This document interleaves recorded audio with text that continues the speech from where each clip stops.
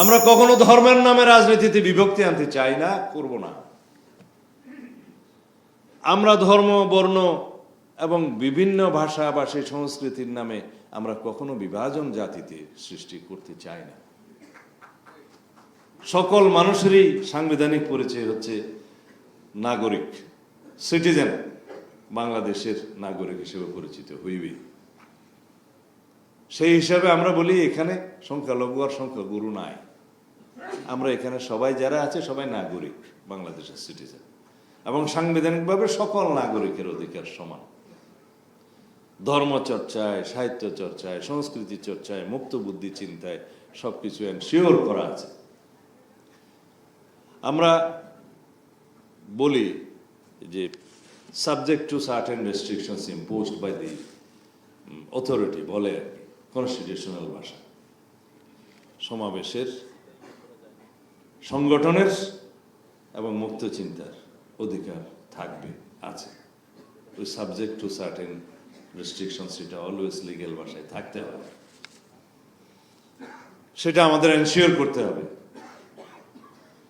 আমরা এই সুখের দিনে একটি বিষয় প্রায়ই ভুলে যাচ্ছি।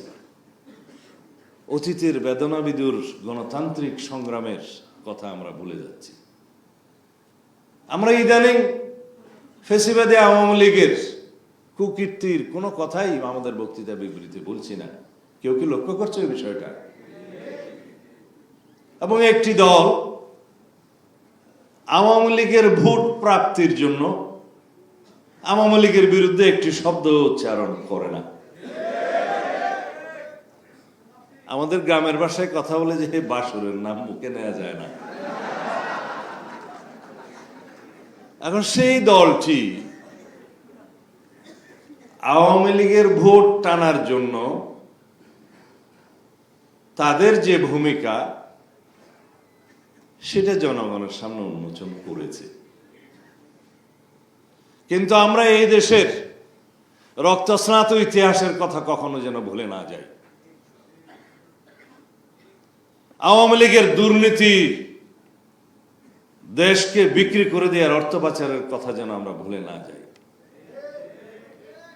এদেশ থেকে গণতন্ত্র বিলুপ্ত করে দেওয়ার ইতিহাসকে যেন আমরা ভুলে না যাই। যারা নিজের দেশের নাগরিককে হেলিকপ্টার থেকে গুলি করে হত্যা করেছে, নারী, পুরুষ, শিশু নির্বিশেষে শত সহস্র হত্যা করেছে, গণহত্যা চালিয়েছে, এই ইতিহাস যেন আমরা ভুলে না যাই। যারা গাড়ির চাকায় পিষ্ট করে আমার ছাত্র বন্ধুদের, আমাদের অভ্যুত্থানকারী বাংলাদেশের গণমানুষকে পিষ্ট করেছে, সেই কথা যেন আমরা কখনো ভুলে না যাই। আমরা যদি গণতান্ত্রিক সংগ্রামের কথা ভুলে যাই, আওয়ামী লীগের গুম, খুন, অত্যাচার, নির্যাতন, নিপীড়ন, মামলা হামলার কথা ভুলে যাই, তাহলে গণতন্ত্র আসবে।